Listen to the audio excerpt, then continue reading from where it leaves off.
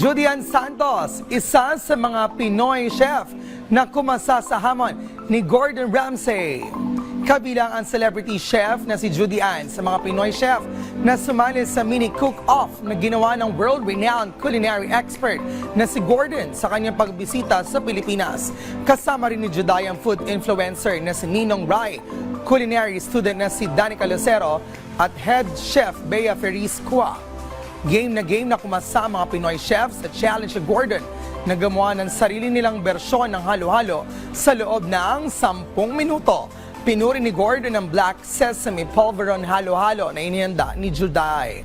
Gayun din ang iba pang versions tulad ng halo-halo with asin tibuok ni Kua, halo-halo with cocoa jam ni Ninong Rai, at ang halo-halo with kamyas na ininda ni Danica Lucero na siya ang pinakanagustuhan ni Gordon. Ang naturang pagbisita niya ay dinaluhan ng mahigit 1,000 industry makers sa bansa mula sa mga chef, food influencer, foodies, culinary students at fans. Sa kanyang pagbisita sa Manila, ibinunyag ni Ramsay na plano niyang magbukas ng 3 pang restaurant sa Pilipinas.